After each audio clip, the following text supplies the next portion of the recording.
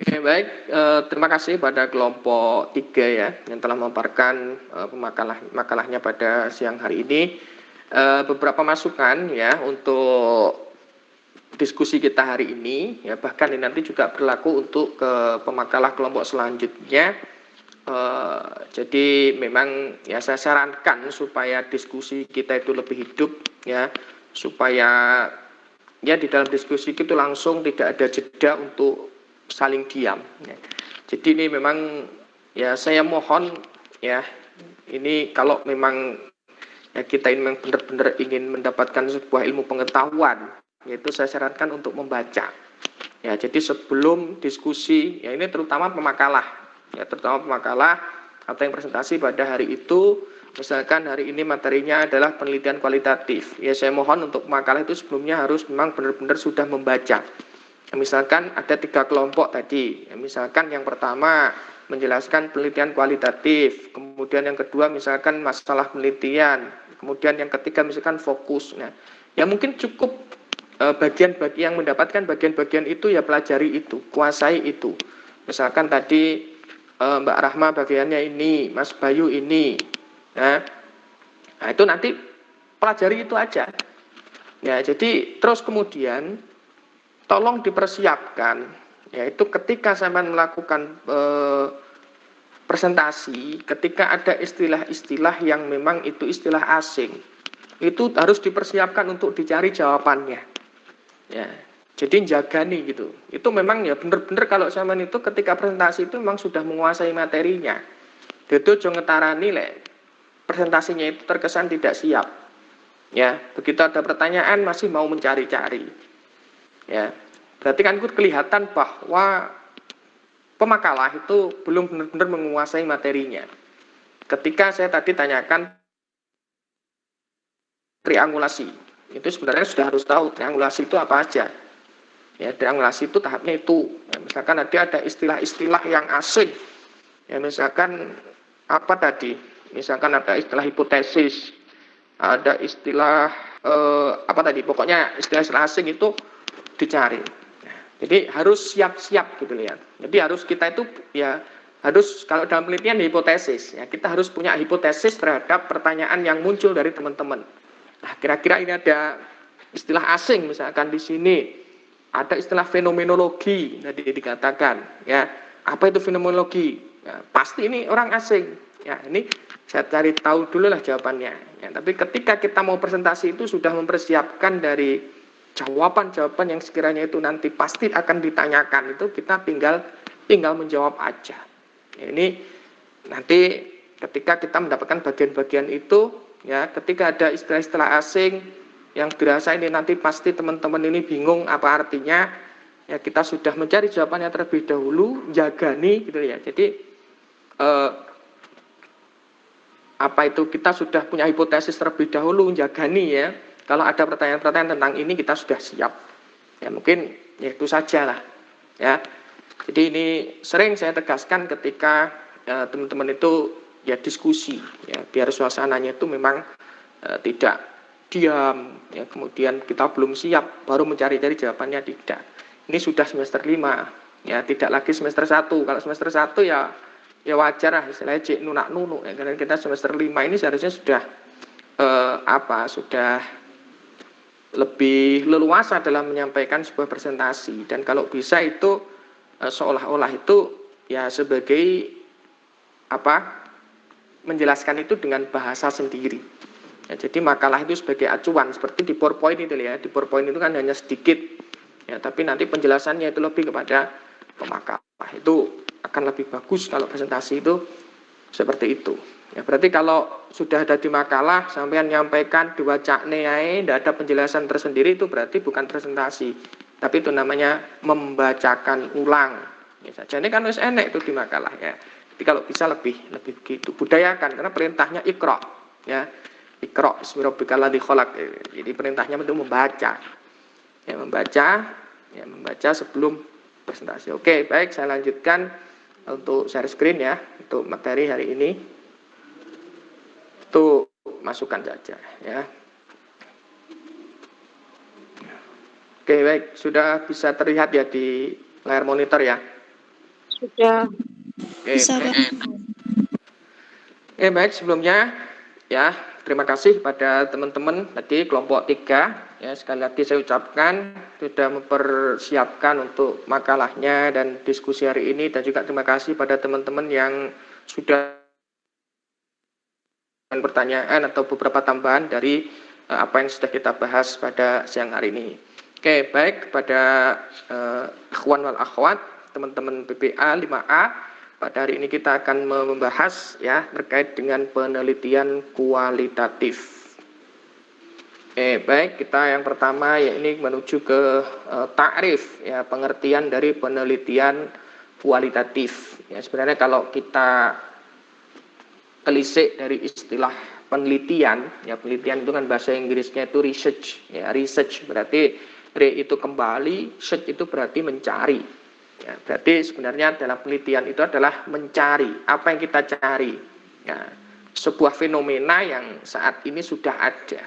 Ya, kok kayak kurang kerjaan aja orang melakukan penelitian, ya tidak seperti itu. Ya, barangkali fenomena atau kenyataan di lapangan ini yang sudah ada ini barangkali belum sesuai, barangkali belum efektif. Ya, makanya kita lakukan sebuah research atau penelitian. Research ya mencari kembali. Berarti kalau penelitian kualitatif, ya istilahnya berarti kualitatif research. Ya, apa itu penelitian kualitatif?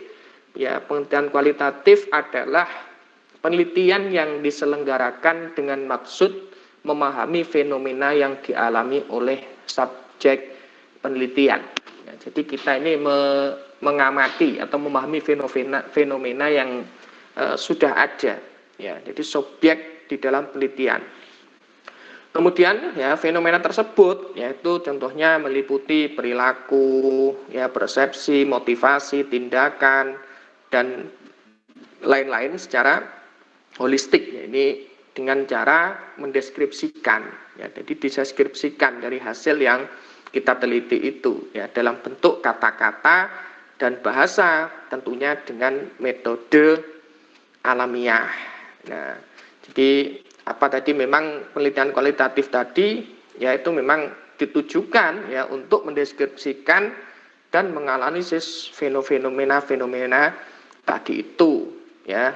Misalkan lagi apa peristiwa, ya, aktivitas sosial, sikap ya dan mungkin ya pemikiran orang ya baik secara individu maupun persepsi ya, nanti yang itu nanti akan masuk pada kajian fenomenologi tadi itu, yaitu gambarannya terkait dengan apa itu penelitian kualitatif. Nah, kemudian tentu di dalam sebuah penelitian itu ada tahap-tahap yang harus dilakukan. Nah, apa saja tahap-tahap dalam penelitian kualitatif itu? Yang pertama yaitu tahap pralapangan.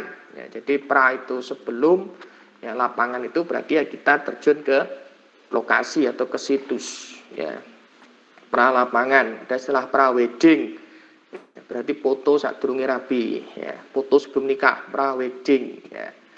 Oke.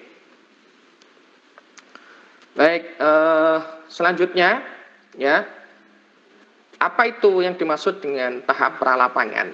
Jadi apa yang harus dilakukan pada tahap-tahap ini? Ya, jadi tahap pralapangan, jadi pada tahap ini itu penulis ya atau peneliti melakukan berbagai macam persiapan ya sebelum melakukan sebuah kegiatan penelitian. Ya, jadi diantaranya kalau misalkan kita penelitiannya itu di sebuah tempat ya di sekolah atau di pondok pesantren, yaitu tentunya kita di dalam tahap pralapangan yaitu mengurus yang namanya perizinan ya, atau surat izin ya, yang itu merupakan ya satu hal yang tidak dapat ditinggalkan ya, yang tidak dapat ditinggalkan gitu saja, harus ada izin ya. Memang karena ya hal ini melibatkan manusia ke dalam latar penelitian tersebut. Ya. Kemudian yang kedua yaitu tahap pekerjaan lapangan. Apa yang harus dilakukan di dalam tahap ini? Ya, jadi dalam tahap ini yang dilakukan adalah mengumpulkan data-data ya yang berkaitan dengan fokus penelitian ya dari lokasi penelitian tersebut. Ya, makanya ketika kita melakukan sebuah pekerjaan lapangan ini harus kita tentukan dulu fokus penelitian kita itu apa. Ya, makanya tadi ada penjelasan yang menarik juga ya, kadang-kadang kita sudah mengajukan ya, kalau sekarang di SIPOLTA itu ya, sistem apa itu kepanjangannya itu SIPOLTA itu. Pokoknya ya Win Said Ali Rahmatullah Tulungagung gitu akhirnya ya. Di sistem akademik yang ada di Fakultas Tarbiyah itu. Ya, kadang-kadang kita ini memang ketika mengajukan judul ya, mengajukan judul kemudian apa yang sudah diajukan itu ketika kita sudah mendapatkan dosen pembimbing, kadang-kadang dosen pembimbing juga tidak menghendaki dengan judul yang kita ajukan itu. Jadi saya rasa untuk masalah judul itu enggak masalah kalau diganti. Ya, yang penting kita kuat di dalam fokus penelitian kita itu. Nah, makanya kita harus punya gambaran, ya, harus punya argumen terkait dengan fokus penelitian itu. Ya, nanti judul itu tinggal menyesuaikan saja. Makanya dulu di awal perkuliahan kita ini sudah saya jelaskan, sebenarnya judul itu fleksibel. Ya, judul itu tidak menjadi patokan, ya, tidak harus menjadi sebuah acuan awal kita. Ya, jadi intinya di dalam sebuah penelitian itu adalah berkaitan dengan fokus penelitian yang mana disesuaikan dari lokasi penelitian tersebut. Ya, jadi misalkan dalam proses pengumpulan data ini ya tentunya penulis yang menggunakan tadi itu apa yang disebut dengan triangulasi tadi, yaitu ada wawancara, observasi, kemudian dokumentasi. Jadi intinya kita fokuskan, kita kuatkan dulu apa yang menjadi fokus penelitian. Nah, nanti judulnya itu nanti tinggal mengikuti saja dari fokus penelitian kita itu. Ya, jadi tidak usah khawatir nanti. Pokoknya kita punya argumen yang kuat terkait dengan fokus penelitian itu. Ya, atau apa yang melatar belakangi ya teman-teman itu melakukan sebuah penelitian ini. Oke, yang kemudian dari tahap-tahap non kualitatif yang ketiga yaitu ada tahap analisis data. Nah, jadi setelah pengumpulan data tadi ya dari tahap pekerjaan lapangan, data tersebut dianalisis. Ya, apa yang dilakukan pada tahap ini? Jadi pada tahap ini penulis atau peneliti ya ini menyusun semua data yang telah terkumpul secara sistematis dan terperinci. Jadi data-data yang sudah ada tadi itu diolah ya, diolah, disusun secara sistematis dan terperinci.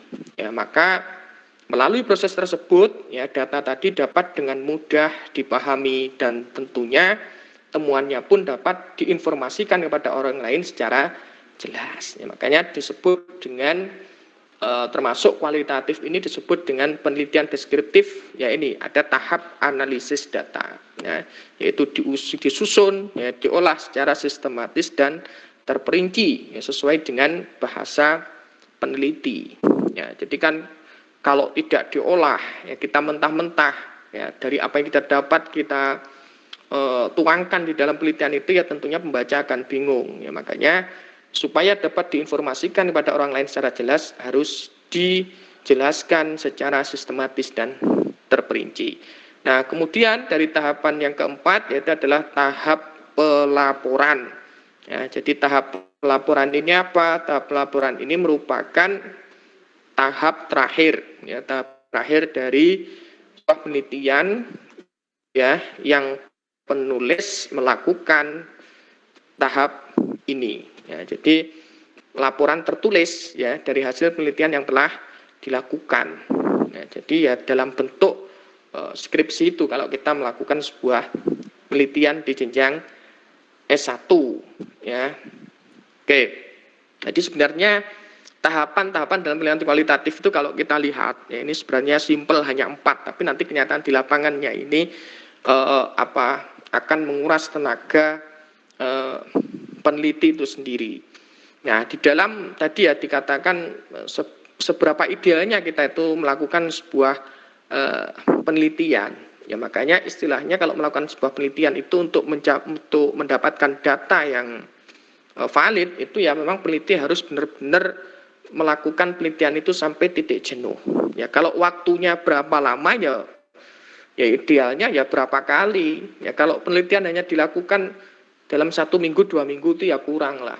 Ya paling tidak ya minimal ya 2 bulan, ya 2 bulan, mungkin seminggu 2 kali atau seminggu 2 kali, itu baru penelitian itu ya bisa dikatakan ya kita benar-benar melakukan sebuah penelitian tidak asal-asalan gitu ya. Kita datang ke sekolah cuma sekali 2 kali, kemudian ya kurang lah, itu nanti di dalam keabsahan datanya itu nanti kurang. Ya, makanya saya tanya, kamu penelitian pengambilan datamu ini berapa lama? 2 minggu Pak. Oh ya pantesan cuma 2 minggu. Ya. Jadi istilahnya sampai titik jenuh. Ya, bukan sampai peneliti jenuh, tidak. Titik jenuh itu ya memang mentok, data yang kita peroleh itu sudah habis, sudah tidak ada lagi. Ya, baru kita disitulah pekerjaan lapangan itu selesai. Ya, baru kita tahap analisis data. Yaitu idealnya melakukan sebuah penelitian seperti itu. Oke, saya lanjutkan. Kemudian yang ketiga, ya, paradigma penelitian kualitatif. Ya, kalau kemarin kita sudah membicarakan paradigma penelitian kuantitatif, sekarang paradigma penelitian kualitatif. Jadi paradigma kemarin itu apa? Yaitu adalah kerangka berpikir. Ya, jadi secara umum ya yang menjadi paradigma dari penelitian kualitatif ini adalah Jadi penelitian kualitatif ini merupakan penelitian yang memang menempatkan manusia sebagai subjek penelitian. Ya, jadi subjeknya itu adalah manusia. Ya, kemudian dari paradigma ini dalam mengambil sebuah ilmu pengetahuan itu meliputi scientific paradigm ya dan naturalistic paradigm. Ya. Apa itu scientific paradigm ya, dan naturalistic paradigm? Itu ada kalau scientific yaitu paradigm itu positivisme, mengikuti kepada paradigmanya positivisme. Ya, tapi kalau kualitatif ya, ini kalau pandangan naturalistik itu berarti alamiah. Ya, alamiah itu berarti berdasarkan fenomenologi, ya, fenomena yang ada di lapangan. Nah, selain itu ya juga ada beberapa paradigma penelitian kualitatif yang mana mungkin ini juga perlu saya jelaskan. Ya, ada beberapa paradigma, di antara yang pertama yaitu paradigma positivisme atau ada juga yang menyebut paradigma positivistik. Ya. Jadi positivisme itu apa? Ya, jadi ketika kita melakukan penelitian, yaitu nanti kita kajilah ya paradigmaku ini apa. Jadi paradigma positivisme ya ini memang didasari pada hukum dan prosedur baku. Ya, jadi memang di mana ilmu pengetahuan ini dianggap sebuah sesuatu yang sifatnya deduktif. Ya, kemarin ada induktif, ada deduktif. Ya, kalau penelitian kualitatif ini di mana ilmu pengetahuan ini dianggap sebuah ilmu yang sifatnya deduktif, ya. Jadi di dalam penelitian kualitatif ya positivisme ini juga melibatkan variabel-variabel di dalamnya. Ya, nanti apa variabel nanti kita bahas lagi. Kita bahas tersendiri. Oke, kemudian yang kedua ini juga ada positivisme atau positivistik. Ya, jadi paradigma ini berangkat dari pemikiran manusia itu sendiri ya sebagai makhluk yang mana manusia ini mampu melihat objektivitas melalui nalarnya.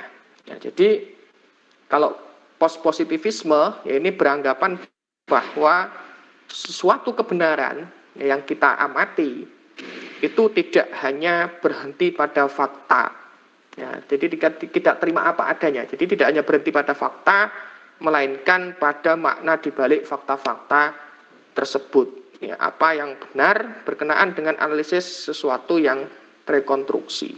Ya, jadi tidak hanya semata-mata berhenti pada fakta, tapi apa yang ada di balik makna fakta tersebut. Ada apa sebenarnya? Ini post-positivisme paradigmanya. Kemudian yang ketiga ada konstruktivisme. Ya, konstruktivisme yaitu ini kebalikan dari positivisme. Jadi paradigma konstruktivisme berarti kalau konstruk itu kan istilahnya apa? Merubah ya, memandang ilmu pengetahuan ini adalah ya kebenaran yang sifatnya relatif. Ya, jadi pandangannya berbeda-beda, tidak melulu sesuai fakta. Ya, jadi memang tidak hanya tunggal, ya kebenaran itu tidak hanya tunggal, tetapi bisa berubah tergantung interpretasi tiap individu maupun kelompok. Ini konstruktivisme. Ya. Jadi ya memang kalau konstruktivisme ini ya banyak digunakan dalam penelitian kualitatif. Ya karena tadi itu kita mendeskripsikan tadi itu mengolah data secara sistematis. Oke. Kemudian yang keempat ya, yang keempat itu ada istilahnya partisipatoris. Ya, ada paradigma partisipatoris. Ya, jadi apa kalau partisipatoris? Ya, jadi atau partisipan. Ya, jadi di sini adalah apa istilahnya? Jadi bentuk ya partisipatoris itu adalah sebuah bentuk atau bantuan aksi ya dalam membantu orang-orang yang terasingkan. Ini awalnya memang istilah partisipatoris itu seperti itu. Kalau sekarang dinamakan dengan advokasi itu loh ya, advokasi ya untuk memperoleh sebuah keadilan sosial. Ya.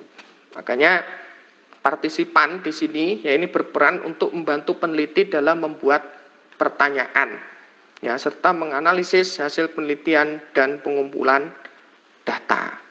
Nah, jadi sifatnya di sini ada yang membantu ya. Jadi peneliti itu ada yang membantu. Kita minta orang lain untuk membuatkan sebuah pertanyaan misalkan atau untuk pertanyaan-pertanyaan untuk menganalisis hasil penelitian dari data-data yang sudah dikumpulkan oleh peneliti itu. Nah, kemudian juga ada pragmatis. Ya, yang kelima yaitu paradigma pragmatis. Ya, pragmatis itu ya merupakan suatu cara pandang ya, yang digunakan untuk menghentikan adanya di situ misalkan perdebatan dan pertarungan antara ya positivis dan positivisme tadi itu. Bahwasanya kalau positivisme tadi beranggapan bahwasanya prosedur itu tunggal. Ya, kalau positivisme tadi apa tadi berangkat dari pemikiran manusia itu sendiri. Jadi paradigma pragmatif itu sebagai penengah, ya penengah antara paradigma positivisme dan positivisme. Nah, jadi memang kalau paradigma pragmatis ya ini adalah digunakan untuk penelitian metode kombinasi atau mixed method.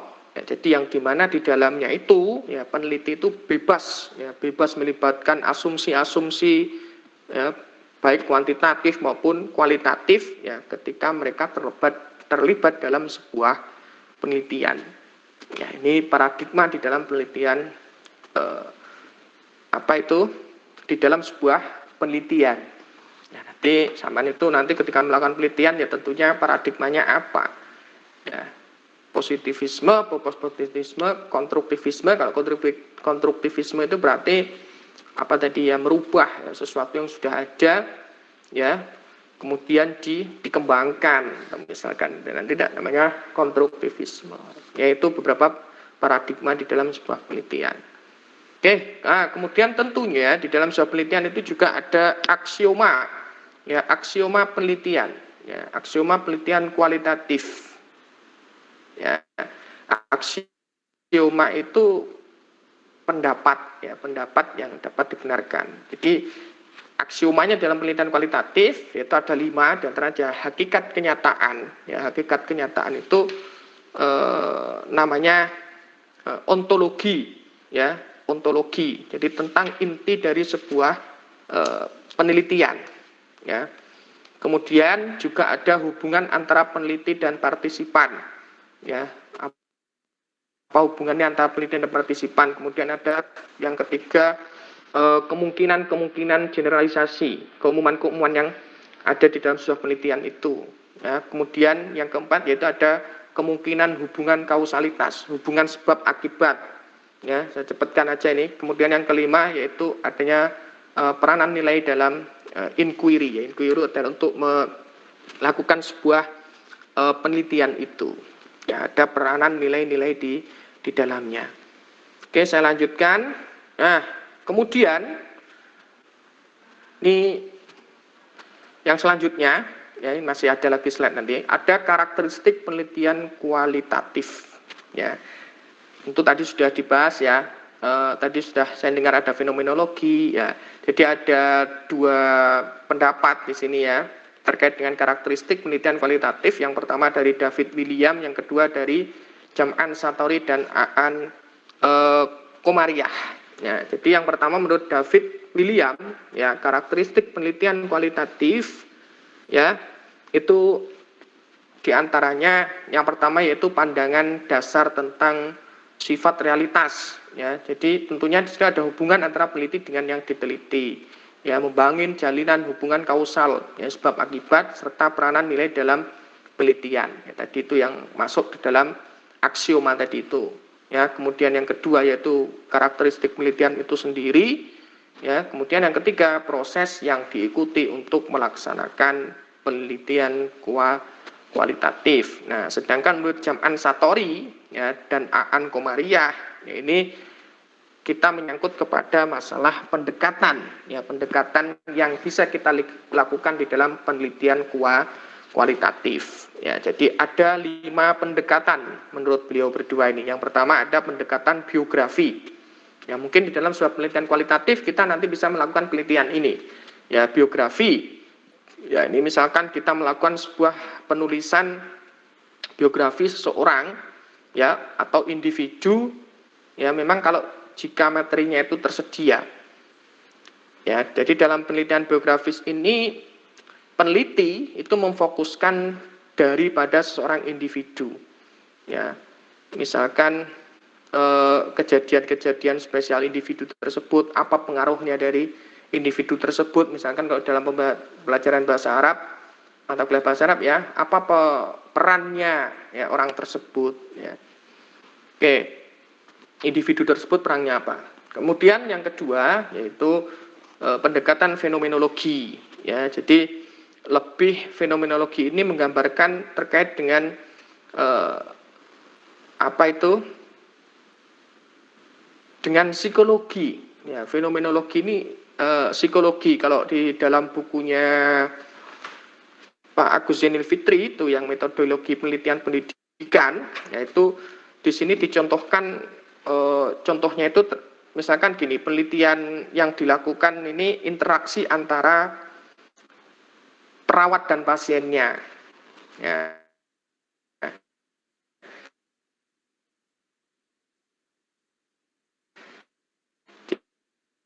Jadi ada struktur-struktur yang esensial, ya, di dalam penelitian namanya fenomenologi. Jadi ketika melakukan sebuah penelitian itu ada fenomena apa sebenarnya itu loh. Ya. Kalau istilahnya disebut antara dengan klien dan pasien, ya. Ini lebih kepada penelitian pendekatan psikologi. Nah, kemudian yang ketiga, ya, ini ada grounded theory. Ya, grounded theory ini apa contohnya? Ya, jadi tujuannya, ya, dari pendekatan teori grounded, ya, grounded theory ini adalah untuk menghasilkan sebuah teori dengan pendekatan orientasi pengembangan. Jadi kita mengembangkan sebuah teori. Ya, kemudian yang keempat yaitu ada etnografi, ya. Etnografi Apa itu etnografi? Ya, etnografi itu apa? Ya, peneliti itu menyajikan ceritanya itu secara informal, ya seperti orang mendongeng gitu ya. Jadi etnografi ini dapat ditarik dari sebuah artikel penelitian ya, yang misalkan di situ menceritakan tentang budaya sekolah ya, atau tentang kehidupan sehari-hari ya. Kemudian formatnya itu dilakukan secara deskriptif, analisis, dan interpretasi. Kemudian yang kelima yaitu studi kasus. Ini biasanya yang sering kita lakukan adalah studi kasus. Ya, studi kasus, misalkan di sekolah mana. Ya, apa itu studi kasus? Ya, studi kasus itu atau research ya, atau case research, yaitu adalah penelitian yang bertujuan untuk mempelajari secara intensif ya unit-unit sosial tertentu, baik itu meliputi individu, kelompok, lembaga maupun masyarakat. Ini yang banyak dilakukan mahasiswa biasanya ini, yaitu studi kasus. Ya, mungkin di sekolah tertentu atau di lembaga tertentu bagaimana individunya atau kelompok, atau kita meneliti lembaganya, ya, atau masyarakat yang terlibat di dalamnya. Itu terkait dengan karakteristik penelitian kualitatif. Ya. Lanjut. Nah, kemudian yang selanjutnya, yang terakhir yaitu fokus. Ya. Tadi sudah dijelaskan, ini saya tambahkan aja. Fokus dalam penelitian kualitatif. Ya, jadi fokus ini lebih didasarkan pada tingkat kebaruan. Ya, jadi bagaimana kita menentukan sebuah fokus? Ya, kalau bisa ya didasarkan pada kebaruan atau originalitas informasi ya, yang akan diperoleh dari situasi sosial atau lapangan. Karena ini adalah untuk menarik ya, menjadikan sebuah penelitian itu menarik ya, kalau memang di situ ada kebaruan dan memang ya, yang dilakukan itu sesuatu yang original ya. Kemudian di sini ada kriteria ya yang diungkapkan oleh Bungin ya. Kriteria adalah menentukan sebuah fokus penelitian kualitatif ya. Yang pertama yaitu harus interest ya, interesting ya, artinya ya tentukanlah fokus masalah yang ada atau yang akan diteliti itu ya dengan cara yang menarik ya, baik bagi peneliti maupun bagi masyarakat ya, sehingga semua kalangan itu akan tertarik dengan penelitian tersebut ya, menarik. Kemarin kalau dalam penelitian kualitatif kemarin saya istilahkan dengan SUMO ya, jadi kalau untuk menentukan masalah ya, kalau ini fokus ya, kalau SUMO kemarin apa kemarin SUMO itu samar, unik, urgen, menarik, dan orisinil ya, ada 5 ya. Kalau ini dalam menentukan sebuah fokus penelitian. Yang kedua yaitu aktual. Ya, maksudnya adalah fokus masalah yang kita pilih itu bersifat kekinian. Ya, bersifat kekinian atau yang terjadi sekarang, ya. Yaitu terjadi saat ini atau kontemporer kalau dinamakan istilahnya sekarang itu. Ya, memang agar penelitian kita itu nantinya bisa memberikan solusi ya bagi permasalahan yang sedang dihadapi. Apa sih yang menjadi aktualnya ya, sebuah penelitian yang aktual di saat ini itu apa ya. Kemudian yang ketiga monumental ya, monumental yaitu masalah yang selalu bisa diingat oleh masyarakat ya. Misalkan apa tentang sosial, agama ya, dan sebagainya. Kemudian yang keempat spektakuler ya, kayak apa aja spektakuler ya. Spektakuler ini maksudnya adalah masalah yang dipilih itu adalah masalah yang ya menakjubkan ya, yang mana akan menarik perhatian banyak kalangan ya. Nanti kalau saya akan nggak memberikan contoh apa yang penelitiannya spektakuler itu apa ya, nanti saya mencari sendiri, ini waktunya sudah lewat. Oke, kemudian yang kelima yaitu adalah fokus ya, tentunya ya fokus ya, kembali lagi ke fokus ya, fokus pada tema tertentu maksudnya ya. Jadi fokus masalah itu ya harus benar-benar menjurus kepada tema yang sampean lakukan itu ya, agar tidak melebar dan meluas. Makanya kalau di dalam penelitian ya itu ada namanya batasan penelitian, atau kalau dalam bahasa Arab namanya hududul bahas ya, atau tahdidul bahas. Oke, baik ya. Nanti lebih jelasnya ya, untuk lebih gamblangnya lagi nanti sampean bisa dibaca di buku-buku metodologi penelitian, banyak sekali di situ. Ya, ini hanya sebatas penjelasan singkat dari saya ya, menambah dari apa yang sudah dijelaskan oleh teman-teman kelompok 3 tadi. Baik, insyaallah ini cukup. Oh iya, masih ada Allah, sumber data ya. Sumber data. Ini baik, yang terakhir ini. Sumber data dan jenis data. Ya, tadi sudah disinggung mungkin ya. Ya, jadi ada data primer, ada data sekunder. Ya, jadi ketika kita melakukan sebuah penelitian itu data bisa diperoleh dari mana? Ya, yang pertama ada data primer dan ada data sekunder.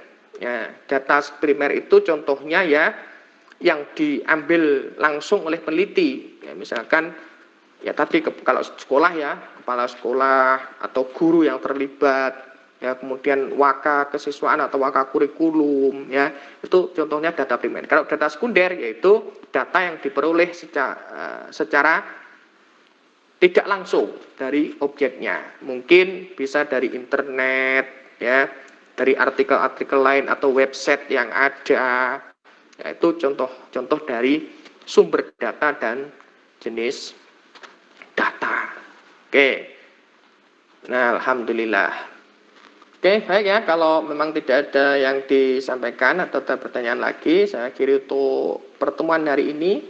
Ya, insya Allah akan kita lanjutkan minggu depan, yaitu dengan makalah kelompok 4 ya. Oke, kelompok 4. Baik, terima kasih pada teman-teman yang sudah antusias untuk mendengarkan penjelasan dari saya. Semoga apa yang saya sampaikan tadi bisa memberikan pemahaman ya, dan tentunya menjadi sebuah pengetahuan yang tambahan ya, pengetahuan tambahan dari apa yang sudah dijelaskan oleh pemakalah tadi ketika presentasi. Baik, sekian dari saya ya. Assalamualaikum warahmatullahi wabarakatuh. Waalaikumsalam warahmatullahi wabarakatuh.